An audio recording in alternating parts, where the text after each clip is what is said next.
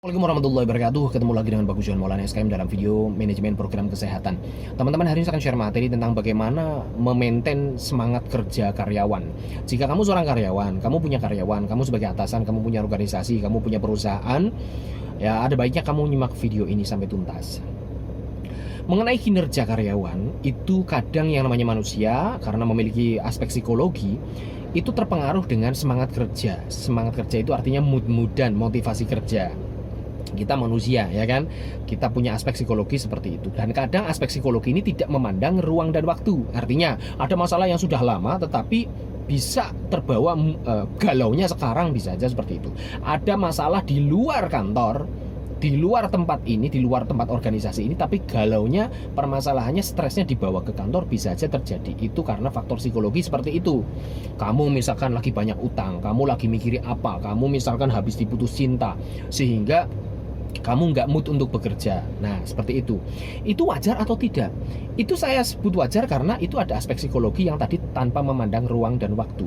Tetapi tatkala itu mempengaruhi kinerja sehingga kamu nggak mood untuk bekerja, mengganggu capaian-capaian kinerja kamu, saya sebut itu tidak profesional. Nah, karena kamu sudah tanda tangan kontrak, kamu sudah janji, ya kan? Kamu sudah ngelamar kerja, mematuhi aturan perusahaan. Dan selama jam kerja kamu, maka tenagamu, kinerjamu itu adalah hak perusahaan atau organisasi di mana kamu bekerja. Kan tanda tangan di situ, ada MOU. Coba dibaca hak kewajibannya karyawan apa, hak kewajibannya perusahaan atau organisasimu apa. Di situ ada hak perusahaan menerima kinerja dari karyawan. Kapan itu? Ya selama jam kerja. Jadi kinerjanya itu ya dilihat dari jam kerjanya, bukan dilihat lagi mood atau tidak. Jadi saya nggak bisa kerja lah, karena saya lagi nggak mood. Besok aja lah, nanti sajalah, nunggu mood saya ngumpul. Atau kadang ada karyawan yang misalkan jam 7:30 sudah masuk, tapi ya nanti mengumpulin mood dulu, udut-udut dulu, ngobrol dulu, nongki-nongki dulu, ngopi-ngopi dulu, setelah jam 9 lebih baru saya mau kerja. Karena apa? Nunggu mood. Ya gak bisa seperti itu. Dari 7:30 kamu sudah masuk, memang jam kerjamu masuk 7:30, maka sejak itu pula perusahaan atau organisasi memiliki hak untuk menerima kinerja kamu. Gitu. Nah, terus kalau lagi ada masalah gimana? Misalkan ada masalah apa? Sakit fisik misalkan. Sakit fisik kan bisa mempengaruhi pikiran juga. Kalau memang kamu sakit fisik, ya sudah, berobat ke dokter. Ada kan izin sakit, dan itu difasilitasi oleh perusahaan atau organisasi. Stres banget misalkan saya ODMK, ya, orang dengan masalah kesehatan, masalah kejiwaan seperti itu. Nah, kalau itu juga itu masuk diagnosa medis kok. Kamu boleh izin sakit kok. Misalkan mau konsultasi ke psikolog dan sebagainya, mau istirahat, menenangkan pikiran. Ada hak cuti tahunan juga misalkan untuk refreshing. Saya mau menenangkan pikiran dulu, mau jalan-jalan, nggak mau mikir kerjaan dulu. Itu ada hak untuk itu. Kalau misalkan saya gangguan pikirannya karena kehilangan seorang dan sebagainya, misalkan orang terdekat atau keluarga inti meninggal dan sebagainya, kan ada hak cuti untuk kalau misalkan keluarga terdekat atau keluarga inti sakit, kamu berapa hari. Nah, itu kan artinya perusahaan atau organisasi memberikan fasilitas, memberikan spare waktu yang dianggap wajar untuk merasa sedih, galau dan sebagainya untuk pemulihan emosional state-nya. Kalau sampai seminggu dan sebagainya kok masih galau dan sebagainya sehingga mengganggu kinerja, ya itu sudah tidak profesional. Lagi nggak mood gimana? Ya silahkan, kamu mau ambil cuti, misalkan istirahat, kamu mau meditasi dulu kayak, mau bener-bener nggak mikirin pekerjaan, mau family time dulu kayak dan sebagainya, terserah. Kalau saya nggak punya motivasi gimana? Masalah motivasi, apa sih motif kamu bekerja? Itu urusan kamu sendiri sebagai karyawan, bukan urusan perusahaan, bukan urusan bosmu untuk menjadi motivatormu. Semangat ya semangat, nggak perlu.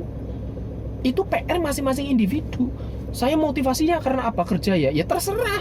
Kamu kerja karena mau cari uang ya monggo, mau dalam rangka fitrahnya hidup ya monggo, kerja dalam rangka mengabdi kepada negara ya monggo, kerja dalam rangka saya akan memberikan yang terbaik untuk keluarga ya monggo, terserah. Mau mendapatkan motivasi gimana caranya? Terserah kamu. Bukan kamu nyuruh atasanmu untuk menjadi motivator. Mau gimana caranya memaintain emotional state biar mood terus, itu terserah. Kayak saya sendiri sampai belajar NLP 3 bulan bayar hampir 10 juta. Itu karena untuk bagaimana sih memanual pikiran, bagaimana merubah mood seketika. Ternyata manusia juga bisa mengubah moodnya seketika.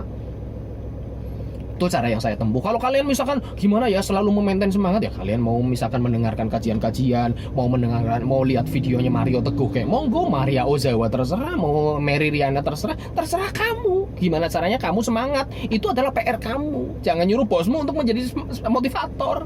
Enggak, itu bukan tugas bosmu, bukan tugas perusahaanmu. Perusahaan bisa misalkan menciptakan suasana kerja yang menyenangkan. Oke, bisa aja seperti itu. Misalkan beberapa bulan sekali atau setahun sekali mengadakan gathering, atau misalkan ada acara syukuran apa kebersamaan seperti itu bisa aja, itu bisa dimanage oleh perusahaan atau organisasi tempatmu bekerja. Tetapi untuk memaintain semangat sehari-hari itu tugas karyawan masing-masing. Gitu ya. Jadi ini kalau misalkan kamu nggak bisa memaintain mood kamu nggak bisa mengendalikan diri kamu dan sebagainya, ya jangan ngelamar kerja dulu, jangan tanda tangan MOU dulu. Kalau kamu tidak bisa mengendalikan dirimu sendiri, artinya kamu belum siap kerja. Jangan ngelamar kerja, Mas. Kalau kamu misalkan masih punya permasalahan pikiran, ya silahkan berobat dulu, konsultasi psikolog dulu. Dan memang psikolog tercipta untuk itu. Berobat dulu, konsultasi dulu, psikolog dulu. Kenapa ya saya kok memiliki permasalahan ini yang nggak bisa hilang sehingga saya mengganggu semangat kerja? Berobat, konsultasi ke psikolog. Itu. Kalau kamu nggak tenang dan sebagainya, ya silahkan dengan caramu sendiri, sholat kayak ibadah kayak menenangkan diri, meditasi dan sebagainya. Itu bukan urusan perusahaan. Gimana kalau misalkan tidak bisa menjaga emosional set, tidak bisa menjaga mood, tapi dipaksakan kerja? Masalah, Mas. Masalahnya apa? Kamu kinerja ogah-ogahan, mendapatkan tugas dari perusahaan, jawabnya nanti kalau saya lagi mood saja. Apa akibatnya? Ya kamu bisa diomelin atasan, kamu bisa diomongin atasan. Nah, karena itu hak perusahaan untuk menerima kinerjamu, tapi kamu tidak menjalankan tugas. Coba lihat peraturan perusahaanmu, ada nggak sih bisa dapat sanksi kalau misalkan seperti itu? Coba lihat, misalkan ada sanksi teguran lisan, teguran tertulis, ada SP 123 PHK. Coba sanksi apa yang bisa dikenakan di teguran lisan, di situ dibaca lagi. Tidak menjalankan perintah dari atasan, tidak menjalankan tugas organisasi, tidak menjalankan tugas dari instansi perusahaan, itu bisa kena di situ mungkin. Ya bisa aja kamu nanti akhirnya kena sanksi teguran lisan. Masih saja naik level teguran tertulis, masih saja kena SP 123, akhirnya ter-PHK. Atau mungkin perusahaanmu tidak menerapkan sanksi seperti itu, tapi itu akan menjadi pertimbangan bagi perusahaanmu untuk memperpanjang atau tidak nih kontrakmu. Ini orang kok kayak gini ya, kerjanya lesu dan sebagainya. Nah, ngapain diperpanjang? Orang kalau lagi sakit seperti itu, ya ngapain diperpanjang, ya kan? Sakit dalam arti psikologinya yang tidak bisa mengendalikan diri sendiri seperti itu, lah ngapain mempekerjakan karyawan seperti itu? Bisa aja kamu kontraknya tidak diperpanjang. Jadi konsekuensinya banyak, Mas. Urusan karirmu dipertaruhkan kalau kamu kerja berdasarkan mood-moodan, karyawan kerja berdasarkan waktu, gitu. Ya, lah kalau sakit gimana? Kalau sakit misalkan ya, saya nggak mood karena sakit fisik. Lah sakit fisik kan berarti kan diagnosa dokter kan? Oh lagi fisiknya sakit, ya sudah bisa izin sakit. Malah perusahaan malah salah kalau mempekerjakan orang yang sedang sakit fisik. Salah. Ada aturannya, udah sakit ya berarti harus izin sakit. Ya kan ada izin sakit, silahkan berobat. Saya nggak mood karena apa? Karena sedang ada ODMK tadi, orang dengan masalah kesehatan jiwa ya, orang dengan masalah kejiwaan, bukan ODGJ, beda ya. Ini orang dengan masalah kejiwaan, misalkan stres, depresi dan sebagainya, lagi ada masalah. Ya sudah, itu kan masuk diagnosa medis juga. Oh silakan, kamu mau konsultasi dulu, konsultasi dengan psikolog dan sebagainya. Itu termasuk izin sakit juga seperti itu. Sakit psikologi, sakit pikiran kan juga bisa. Nah, kan ada izin sakit seperti itu. Kalau misalkan saya ada masalah utang di luar sana, ya nggak bisa. Lagi banyak utang terus kamu mempengaruhi kinerja, ya kamu tidak profesional. Saat lagi galau, habis putus cinta dan sebagainya, ya nggak bisa mempengaruhi kinerja kamu karena kamu sudah terikat MOU dan kamu sudah janji bahwa kamu akan memberikan kinerja yang terbaik dan optimal.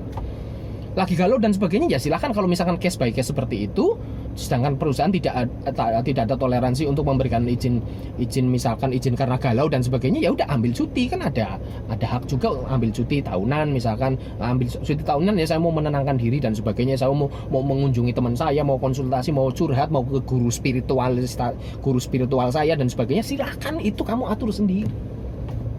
Perusahaan maunya kamu kinerjanya optimal, kamu kerja sesuai dengan waktu. Kalau dalam waktu kerja kok ada karyawan nganggur, tidak melaksanakan tugas, itu sebenarnya tanda tanya besar. Bisa jadi yang pertama, kerjaannya kurang banyak. Kerjaan kurang banyak itu Berarti salah siapa? Salah atasanmu. Mungkin tidak bisa menjelaskan kinerjanya apa saja.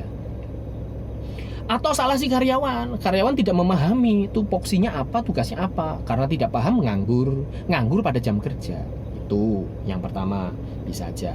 Yang kedua, beban kerjanya sebenarnya sudah sesuai, tetapi memang karyawannya berlebihan, sehingga ada karyawan yang nganggur pada jam kerja. Karyawan berlebihan bagaimana? Kalau memang karyawannya yang berlebihan, tugasnya sebenarnya sudah proporsional segitu, ya sudah karyawannya dikurangi, efisiensi, tidak perpanjang kontrak. Seperti itu. Yang berikutnya, kemungkinan ketiga, saat karyawan nganggur pada jam kerja, bisa aja karena faktor karyawannya yang tadi mood dan malas dan sebagainya, ini bisa kena sanksi. Gitu ya guys. Jadi kalau kalian menjadi atasan dan sebagainya, silahkan dipertimbangkan ini. Kalau kalian menjadi karyawan, kalian harus bisa mengendalikan mood kinerja sendiri. Perusahaan maunya karyawan kerja dalam kondisi yang optimal, baik fisiknya maupun pikirannya. Terima kasih. Assalamualaikum warahmatullahi wabarakatuh.